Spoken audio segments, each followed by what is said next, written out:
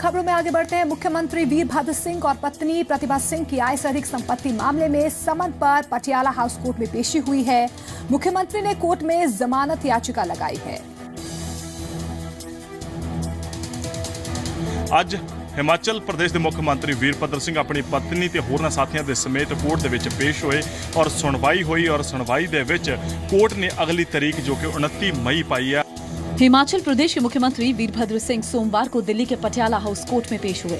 वीरभद्र पर आय से अधिक संपत्ति का केस है। उनके साथ उनकी पत्नी प्रतिभा सिंह भी कोर्ट में पेश हुई। वीरभद्र सिंह और उनकी पत्नी ने कोर्ट में जमानत की अर्जी दायर की। कोर्ट ने उनकी अर्जी पर सीबीआई को नोटिस दिया। सीबीआई ने आरोपियों की जमानत याचिकाओं पर जवाब देने के लिए समय मांगा, जिसके बाद कोर्ट ने इस मामले पर अगली सुनवाई की तारीख 29 मई तय की है। आपको बता दें कि आय से अधिक संपत्ति मामले में सीबीआई की चार्जशीट पर पटियाला हाउस कोर्ट ने संज्ञान लेते हुए वीरभद्र और उनकी पत्नी को समन किया था। सीबीआई की चार्जशीट के अनुसार वीरभद्र की संपत्ति उनकी आय से 192% यानी 10 करोड़ 30 लाख ज्यादा होने का दावा किया गया। इससे पहले आपको बता दें, दिल्ली हाई कोर्ट ने इस केस में गिरफ्तार किए गए इकलौते शख्स LIC एजेंट आनंद चौहान की जमानत याचिका को खारिज कर दिया था। वीरभद्र सिंह के करीबी LIC एजेंट आनंद चौहान को पिछले साल जुलाई में एनफोर्समेंट डायरेक्टोरेट ने गिरफ्तार किया था। कोर्ट ने सीबीआई ਨੂੰ ਇਹ ਵੀ ਗੱਲ ਕਹੀ ਗਈ ਹੈ ਕਿ सीबीआई अपना पक्ष रखे 29 मई ਨੂੰ ਕਿ वीरभद्र सिंह ਨੂੰ ਕਿਹਨਾਂ ਦੋਸ਼ਾਂ ਦੇ ਤਹਿਤ गिरफ्तार ਕੀਤਾ ਜਾ ਸਕਦਾ ਹੈ ਤੇ ਹੋਰ ਕੀ ਮਾਮਲਾ ਇਸ ਦੇ ਵਿੱਚ ਕੀ ਤਫਸੀਲ ਹੈ ਉਸ ਦੇ ਵਿੱਚ सीबीआई ਵਿਸਥਾਰ ਨਾਲ 29 ਮਈ ਨੂੰ ਪੱਖ ਰੱਖੇਗੀ। ਕੈਮਰਾਮੈਨ ਸੌਰਵ ਦੇ ਨਾਲ ਨਵਜੋਤ ਸਿੰਘ ਢਾਲੀਵਾਲ, ਜ਼ੀ ਮੀਡੀਆ, ਦਿੱਲੀ। हिमाचल प्रदेश में बीजेपी और कांग्रेस की ओर से एक दूसरे के नेताओं के संपर्क में होने पर सियासी बयानबाजी तेज हो गई है। वेलकम पॉलिटिक्स की शुरुआत करने वाली बीजेपी को अब इस तरह की सियासत ओछी लगने लगी है। हिमाचल कांग्रेस और बीजेपी जिस तरह से एक दूसरे के नेताओं के संपर्क में होने के दावे कर रहे हैं, उससे साफ है कि दोनों पार्टियों के सिटिंग विधायकों को टिकट की चिंता अभी से सता रही है। इस बार कांग्रेस के वरिष्ठ मंत्री ने बीजेपी विधायकों के संपर्क में होने की बात कही तो बीजेपी को जरा भी रास नहीं आया। उसका कहना है कि कांग्रेस ओछी सियासत पर उतर आई है और पार्टी की गुटबाजी कांग्रेस को ले डूबेगी। कांग्रेस के लोग आजकल क्या बोलते हैं उसका पता उनको स्वयं भी नहीं होता है। बीजेपी का कोई MLA उनके संपर्क में होने का कोई प्रश्न ही पैदा नहीं होता। कांग्रेस में आपस की गुटबाजी जो है इतनी ज्यादा है और कांग्रेस मुक्त ये हिमाचल प्रदेश होने वाला है, इसके कारण वो सब जो है वो परेशान है। वहीं हिमाचल कांग्रेस सूबे में कराए विकास कार्यों के दम पर मिशन रिपीट का दावा ठोक रही है। कांग्रेस का कहना है कि वीरभद्र सरकार के कार्यकाल में सूबे ने विकास के क्षेत्र में नई ऊंचाइयां छुई है। तो ये भारतीय जनता पार्टी विपक्ष के नाते जो ये प्रचार करती है एक झूठा प्रचार है और साथ में जो लोग ये भी हैं जो इंडिपेंडेंट विधायक कांग्रेस पार्टी के साथ थे वो कांग्रेस के नहीं थे, इंडिपेंडेंट थे। उन्होंने एक दो लोगों ने भारतीय जनता पार्टी को ज्वाइन किया है। तो ये कहना कि कांग्रेस के लोग छोड़ के जाएंगे बिल्कुल गलत प्रचार है। हाँ, इसमें जरूर सच्चाई है कि भारतीय जनता पार्टी के काफी लोग हमारे नेताओं के संपर्क में भी और कुछ उनमें से ज्वाइन भी कर रहे हैं कार्यक्रम। इससे पहले बीजेपी नेता कांग्रेसियों का उनके संपर्क में होने का दावा करते थकते नहीं थे। मोहित प्रेम शर्मा, जी मीडिया, शिमला।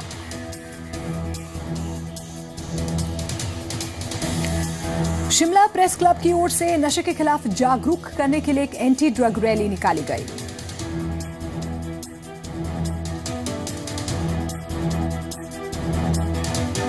शिमला में प्रेस क्लब ने छात्रों के संग मिलकर एंटी ड्रग रैली के जरिए युवाओं को नशे से तौबा करने का संदेश दिया। प्रेस क्लब शिमला की तरफ से आयोजित एंटी ड्रग रैली में स्कूली छात्रों ने हिस्सा लिया।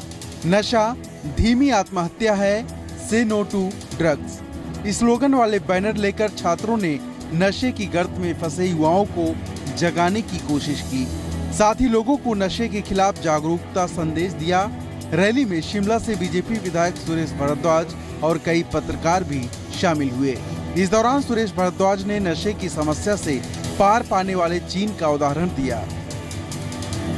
प्रेस क्लब ने जो बच्चों की ये रैली का आयोजन किया है ये बहुत ही उपयुक्त है और सारे शिमला में इसकी जो है अवेयरनेस होगी। इसलिए इस अवेयरनेस प्रोग्राम से लोगों को इसकी जानकारी मिलेगी और बच्चे जो हैं वो ड्रग्स से दूर रह पाएंगे। जागरूकता में कार्यक्रम में भी हमने युवाओं का ही साथ लिया। स्कूलों के बच्चे हैं, 250-300 बच्चे हमारे साथ हैं और भविष्य में भी इस तरह का आयोजन करेंगे ताकि युवाओं को जागरूक किया जाए। अपनी एनर्जी को नशे में फंसकर खत्म करने के बजाय उसका प्रॉपर यूज करें, समाज और राष्ट्र के निर्माण में उसका उपयोग करें। दरअसल पहाड़ों की राजधानी शिमला में देश प्रदेश के साथ साथ विदेश से आए छात्र एजुकेशन के लिए पहुंचते हैं।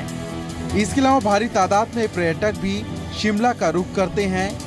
बीजेपी विधायक की मांग है कि पेरेंट्स खुद भी अपने बच्चों के चाल चलन पर नजर रखें। शिमला के विधायक चाहते हैं कि शिमला नशे में टॉप करने की बजाय स्मार्ट शहर और विकास के दृष्टिगत सबसे ऊपर रहे। मोहित प्रेम शर्मा, जी मीडिया, शिमला। जम्मू कश्मीर के नौगांव में आतंकियों के खिलाफ सर्च ऑपरेशन जारी है। मुठभेड़ में अब तक 4 आतंकी मारे जा चुके हैं। जम्मू कश्मीर के नौगांव सेक्टर की एलसी पर मिलिटेंटों के खिलाफ सर्च ऑपरेशन अब भी जारी है। इस मुठभेड़ में अब तक 4 मिलिटेंट मारे गए हैं, जबकि 3 सेना के जवान भी मार्टियर हुए हैं। शनिवार को एलओसी पर घुसपैठ की कोशिश नाकाम होने के बाद जंगल की ओर भागे आतंकियों की तलाश में शुरू किया गया सर्च ऑपरेशन अब भी जारी है। खराब मौसम की वजह से जंगल में छिपे आतंकियों को तलाशने में दिक्कतों का सामना करना पड़ रहा है। आशंका जताई जा रही है कि आतंकियों के पास भारी तादाद में गोला बारूद है। रक्षा मंत्री अरुण जेटली ने ट्वीट कर घुसपैठ नाकाम करने के लिए जवानों की तारीफ की है। नौगांव में आतंकवादियों की ओर से घुसपैठ की कोशिश को नाकाम कर दिया गया है। देश को हमारे सैनिकों पर गर्व है। नौगांव ऑपरेशन में जवानों ने 4 आतंकियों को मार गिराया है। मुठभेड़ में शहीद 3 जवानों को श्रद्धांजलि। आतंकियों को घुसपैठ में मदद के लिए पाकिस्तान की बॉर्डर एक्शन टीम भी लगातार फायरिंग कर रही है। 2016 में घुसपैठ की 364 कोशिशें हुई थी, जबकि 2015 में आतंकियों ने 121 बार घुसपैठ की कोशिश की थी। 2017 में जनवरी से अब तक आतंकवादी घुसपैठ की 60 से ज्यादा कोशिशें कर चुके हैं। रिपोर्ट के मुताबिक घाटी में हिजबुल और लश्कर के करीब 200 पाकिस्तानी आतंकी सक्रिय हैं। 2016 में सेना ने 146 आतंकवादी मार गिराए थे और 76 को गिरफ्तार किया था। इस साल अब तक घुसपैठ की कोशिशों का आंकड़ा 60 को पार कर चुका है। एक रिपोर्ट के मुताबिक कश्मीर घाटी में 200 के करीब मिलिटेंट सक्रिय हैं, जिसमें 110 स्थानीय जबकि 90 विदेशी हैं। जम्मू कश्मीर के पुलवामा में क्रिकेट टूर्नामेंट के दौरान देशद्रोह का मामला सामने आया। वीडियो सामने आने के बाद पुलिस ने आयोजकों के खिलाफ केस दर्ज कर लिया है। टूर्नामेंट के फाइनल मुकाबले के दौरान मैदान पर पीओके का एंथम बजाया गया। गाना बजने के दौरान दोनों टीम के खिलाड़ी मैदान में खड़े नजर आ रहे हैं। इतना ही नहीं, क्रिकेट मैच के दौरान मैदान पर आतंकियों की तस्वीरें भी लगाई गई थी। वीडियो सामने आने के बाद पुलिस ने आयोजकों के खिलाफ केस दर्ज कर लिया है। सभी को पूछताछ के लिए बुलाया गया है। ऐसा नहीं होना चाहिए था। इससे वहाँ के नौजवानों का जो माइंडसेट है और किस हद तक वो रेडिकलाइज हो चुके हैं, इस बात को दर्शाता है। वीडियो का ऐसे वायरल होना ये गलत कई दफा इंफॉर्मेशन और माहौल को खराब करते हैं और ये ऐसी चीजें लॉ एंड ऑर्डर सिचुएशन के लिए ठीक नहीं है और अगर भी ऐसी चीज आती है सामने तो ये माहौल उससे खराब होता है। 20 मई को पुलवामा के स्पोर्ट्स स्टेडियम में क्रिकेट टूर्नामेंट का फाइनल मैच खेला गया। फाइनल में शाइनिंग स्टार पंपोर और पुलवामा टाइगर्स की टीम आमने सामने थी। आरोप है कि मैच के दौरान बजे गाने को फेसबुक पर लाइव भी दिखाया गया। इस स्टेडियम के पास ही करीमाबाद गांव है, जिसे आतंकियों का गढ़ माना जाता है। 1.5 महीना पहले भी कश्मीर के गांदरबल में स्थानीय मैच के दौरान पाकिस्तानी एंथम बजाए जाने के दौरान विवाद हुआ था। ब्यूरो रिपोर्ट के साथ रविंद्र श्रीवास्तव, जी मीडिया। रोहतक में युवती के साथ गैंगरेप और हत्या के मामले में आरोपियों को कोर्ट ने 15 दिन की न्यायिक हिरासत में भेजा है।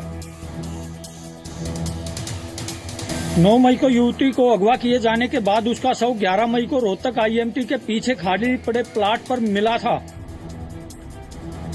सोनीपत से युवती को अगवा करने के बाद गैंगरेप और हत्या करने के आरोपियों को जिला अदालत में पेश किया गया।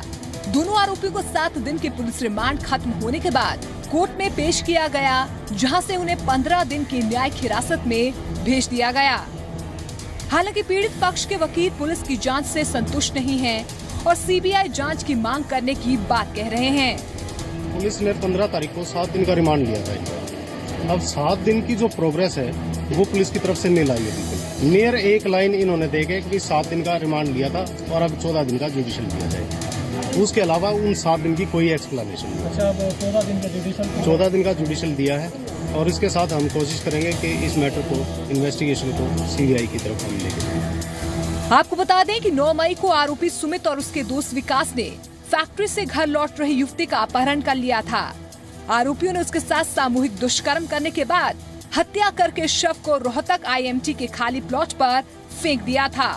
पीड़ित पक्ष इस मामले में कुछ अन्य युवकों की गिरफ्तारी की भी मांग कर रहा है। शादी से इनकार किए जाने के बाद आरोपी सुमित ने अपने दोस्तों के साथ मिलकर अगवा करके इस वारदात को अंजाम दिया था। राजेश खत्री, जी मीडिया, सोनीपत। गुरुग्राम में फर्जीवाड़े का बड़ा मामला सामने आया है। पुलिस ने 2 आरोपियों को गिरफ्तार किया है, जिनसे बड़े खुलासे होने की उम्मीद है। लॉटरी में गिफ्ट निकलने के नाम पर फर्जीवाड़ा करने वाले गिरोह के 2 सदस्यों को गुरुग्राम की साइबर क्राइम टीम ने गिरफ्तार किया है। साइबर सिटी गुरुग्राम में फर्जीवाड़े का नया मामला सामने आया है, जिसमें एक फर्जी कंपनी के नाम पर लॉटरी का झांसा देकर एक शख्स ने 11 लाख रुपए की ठगी को अंजाम दिया। गुरुग्राम पुलिस की साइबर सेल ने ऑनलाइन ठगी का पर्दाफाश करके 2 आरोपियों को धर दबोचा। दोनों की पहचान नीरज और नरेश के रूप में हुई है। फिलहाल दोनों को रिमांड पर लेकर पूछताछ हो रही है। एक नीरज और एक नरेश नाम से 2 लड़के अरेस्ट किए गए थे। नीरज है ये लाल कुआं बदरपुर का रहने वाला है और नरेश है ये फरीदाबाद SGM नगर का रहने वाला है। इनको गिरफ्तार किया गया और इनके द्वारा वारदात में जो प्रयोग हुए थे 4 सिम, वॉकी टॉकी सेट और हार्ड डिस्क वगैरह और जो इनकी कॉलिंग का वहाँ पे होता है वो सारी चीज़ें बरामद की गई है।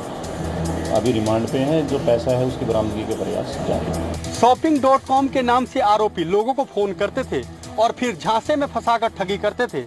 फिलहाल इस गिरोह के 2 सदस्य पुलिस की गिरफ्त में हैं। ऐसे में देखना होगा कि इस गिरोह में शामिल बाकी आरोपी कब तक गिरफ्तार होते हैं। गुरुग्राम से आलोक उपाध्याय, जी मीडिया। करनाल में तेज आंधी की वजह से 3 महिलाओं की जान चली गई, जबकि एक बच्चे समेत 4 लोग घायल बताए जा रहे हैं। करनाल में तेज आंधी से बचने के लिए 7 लोगों को झोपड़ी में शरण लेना घातक साबित हुआ। घायल बच्चे और अन्य लोगों का करनाल के कल्पना चावला मेडिकल कॉलेज में इलाज हो रहा है।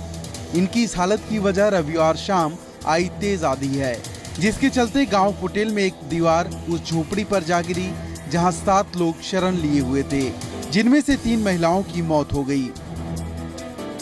आंधी आई, साथ में बारिश थी, तो उस समय लेबर को बचाव करने के लिए अपना शरण लेनी पड़ी। एक दीवार के साथ झोपड़ी लगी हुई थी और तूफान इतनी जबरदस्त तेज था, इतना तेज था कि मतलब वो दीवार 10-12 फुट की ऊंची थी, वो आके उस झोपड़ी समेत उनके ऊपर पड़ गई। तूफान आने से पहले बच्चा गया सब्जी के खेत में सब्जी लेने हुए, बोला कि उसको चोट लग गया है। वो अरफाना में लेकर के लोग गए हैं, ऐसे चलो देखने। वहाँ देखने गए तो ये हाल है जी। सब्जी लेकर घर लौट रहा घायल बच्चा तेज आंधी से बचने के लिए झोपड़ी में शरण लिए हुआ था। इसी दौरान झोपड़ी पर दीवार गिर गई। करनाल से कमरजीत सिंह विरक, जी मीडिया। आंधी की वजह से करनाल के कल्पना चावला मेडिकल कॉलेज में बिजली गुल हो गई है, जिससे मरीज परेशान होते नजर आ रहे हैं। करनाल के कल्पना चावला मेडिकल कॉलेज में बिजली गुल होने से मरीज इलाज के इंतजार में तड़पते रहे। करनाल के Kalpana Chawla medical college and hospital की बत्ती तेज आंधी के चलते गुल क्या हुई। अस्पताल प्रबंधन की पोल खुल गई। स्टाफ अंधेरे में काम करते नजर आए, जबकि मरीज गर्मी से परेशान होते रहे। बिना बिजली के इलाज नहीं होने से कुछ मरीज स्ट्रेचर पर तड़पते देखे गए। हालांकि अस्पताल के डायरेक्टर टेक्निकल फॉल्ट सहित कुछ अन्य बहाने गिनवाते रहे। लाइट भी नहीं है, देखो यहाँ 1-1.5 घंटा हो गया,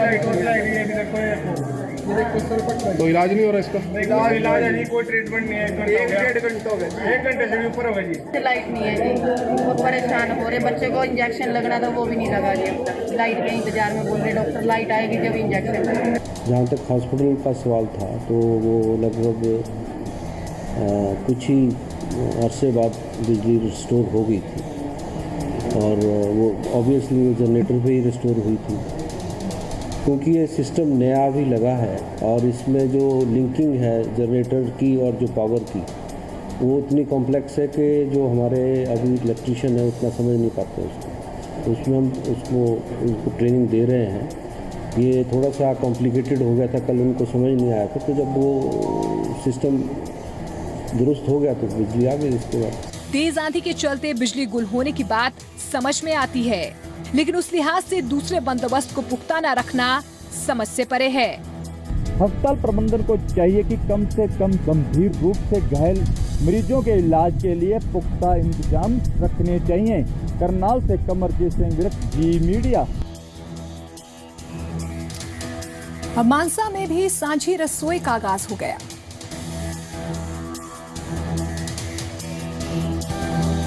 गरीब लोगों को भरपेट और स्वादिष्ट खाना मुहैया कराने की कोशिश मानसा में शुरू हो चुकी है। इस लक्ष्य को पूरा करने की खातिर जिला रेड क्रॉस सोसाइटी की देखरेख में सांझी रसोई की शुरुआत हो गई है, जिसका उद्घाटन मानसा के जिला उपायुक्त ने किया। उन्होंने खुद भी सांझी रसोई के खाने का स्वाद चखा। डीसी ने दावा किया कि गरीबों को बेहतर खाना सस्ते दाम पर उपलब्ध कराने की कोशिश को गंभीरता से आगे बढ़ाया जाएगा। देख रहे हो दाल सब्जी नाल असी कोई चीज़ होर स्वीट भी बना के देंगे, सैलड वगैरह सारा कुछ जो है ਵੱਧ ਤੋਂ ਵੱਧ अच्छा करना सारा डेली मेनू बनाया करेंगे, बढ़िया खाना जितना वो है वो कोशिश है।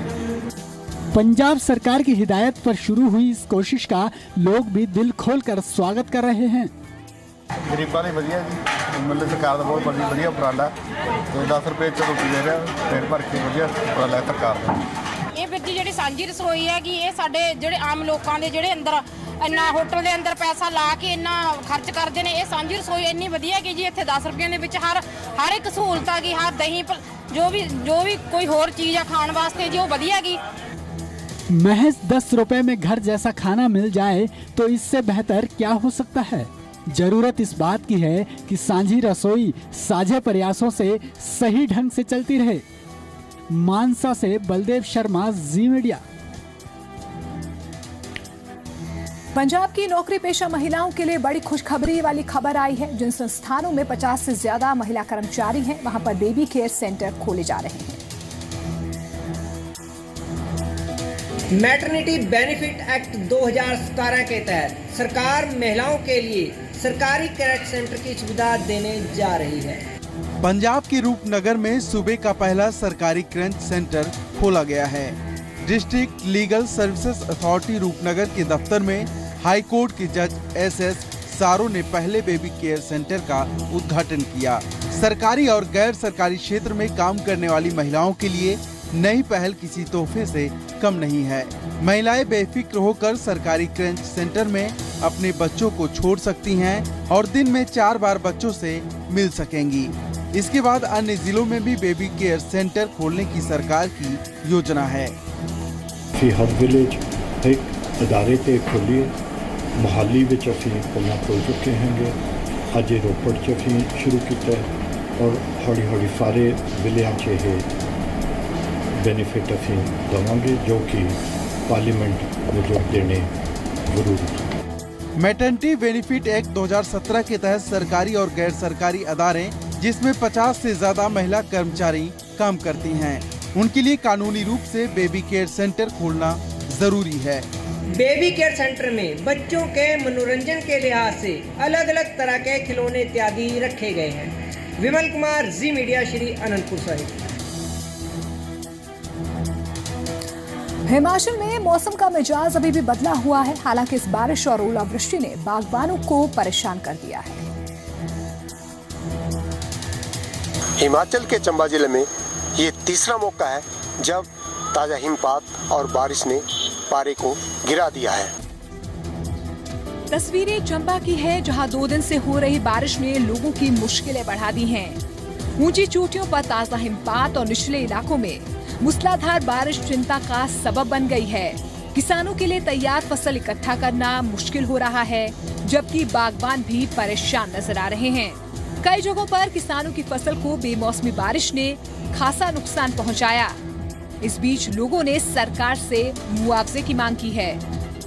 हाँ ना ये तो खराब होया बिच डंगरा है वो खाने वाला है वो भी बिच खराब हुई ते असी सरकार कने मांग करते कि इस बारे कुछ कि किसानों के मुआवजे वास्ते उच्च स्तरीय जांच कराई जाए। बुरी हालत है ते ऐसी गल है जी एन गोला बुरी हालत जी सब्जी तबाह सारा कुछ क्या होना जी बस यही है जी। उधर जिले का उद्यान विभाग भी मौसम के इस मिजाज से दुखी नजर आ रहा है। उनका कहना है कि बेमौसमी बारिश के चलते सब्जी और फसलों में बीमारियां होने का डर बढ़ने लगा है। इन दिनों में अगर बारिशें ज्यादा होती हैं तो आने वाले समय में जो बरसात का मौसम है वो उसमें कई बार बारिशों का जो होना कम हो जाता है। इस तरह से इस मौसम का प्रभाव जो आने वाले समय में भी पड़ सकता है। अभी तो अनटाइमली बारिश हो रही है, फिर जब उस समय बारिश की हमें जरूरत होगी तो कई बार उस समय जो है बारिशें कम रहती हैं। तो ये आने वाले समय में जो किसान बागवानों को इस तरह की समस्या का सामना करना पड़ सकता है। बेमौसमी बारिश के चलते जहां किसान परेशान है वहीं बागवानों के लिए भी मुश्किलें बढ़ रही हैं। चंबा से शिव शर्मा, जी मीडिया। और अब जाते जाते देखिए मौसम का हाल। दिल्ली, पंजाब और हरियाणा में आज भी मौसम का मिजाज नरम बना रहा। लोगों को काफी हद तक गर्मी से राहत मिली है। मौसम में आए बदलाव ने बड़े शहरों में तापमान को थोड़ा धीमा किया है। दिल्ली में अधिकतम तापमान 34 डिग्री सेल्सियस रहा, जबकि चंडीगढ़ में 36 और गुरुग्राम में 40 डिग्री सेल्सियस तापमान रिकॉर्ड किया गया, जबकि हिसार में अधिकतम तापमान 38 डिग्री सेल्सियस रिकॉर्ड किया गया। पंजाब की बात करें तो यहाँ अमृतसर में अधिकतम तापमान 33 डिग्री सेल्सियस नोट किया गया, जबकि पटियाला में 36 डिग्री सेल्सियस और लुधियाना में अधिकतम 33 डिग्री सेल्सियस रहा। वहीं बठिंडा में भी 35 डिग्री सेल्सियस तक तापमान गिर गया है। हिमाचल की बात करें तो यहाँ पर शिमला में अधिकतम तापमान 25 डिग्री सेल्सियस और मनाली में 23 डिग्री सेल्सियस किया गया। वहीं धर्मशाला में 29 डिग्री सेल्सियस और जम्मू कश्मीर की राजधानी श्रीनगर में अधिकतम 25 डिग्री सेल्सियस तापमान रिकॉर्ड किया गया है। हालांकि पहाड़ी राज्यों के बड़े शहरों के तापमान में 1 से 2 डिग्री तक की बढ़ोतरी दर्ज हुई है। ब्यूरो रिपोर्ट के साथ संदीप सिंह, जी मीडिया।